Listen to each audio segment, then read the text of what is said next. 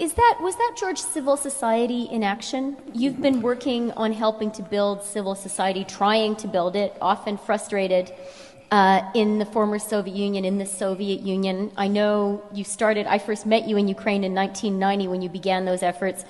There were many years, I think, when it seemed it was all useless. Does it say something to you, teach you something about open society, civil society building? Well, yes, because basically, in many ways, I set up the foundation in Ukraine in 1990, which was 2 years before the independence of Ukraine. That was it was an offshoot of the foundation in Russia.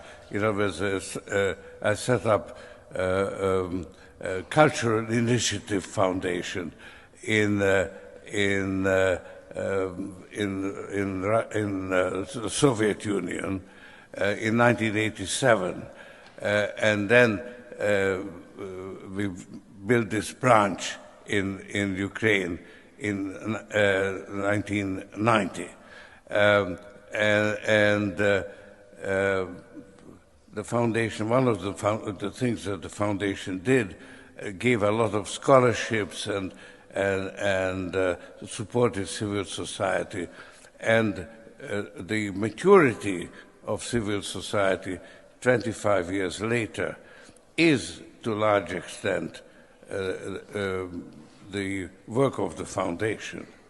Yeah, and I will just offer my own personal testimony here. It's actually amazing in Ukraine, the new Ukrainian government, the new Ukrainian leadership. Everyone who I know in that group has been touched somehow by open society and by George, like literally. Either people personally got a scholarship or someone, their wife got a scholarship. It's a really remarkable thing. Well, this was, for me, quite an experience to see this, and I didn't realize, actually, how big an effect it has had over a 25-year period, because those were students. 25 years later, they were leaders. So, George, the way you describe Ukraine, and that's where my own sympathies lie also, is incredibly appealing. It maybe is another one of these fantastical objects. But not all Europeans agree with us. The leader of your own homeland, Hungary, has described Putin as a role model.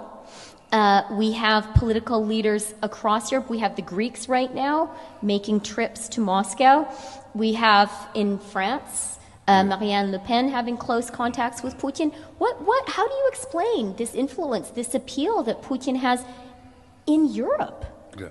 Well, I think I can take a historical perspective, because I was very much involved in the collapse of the Soviet system.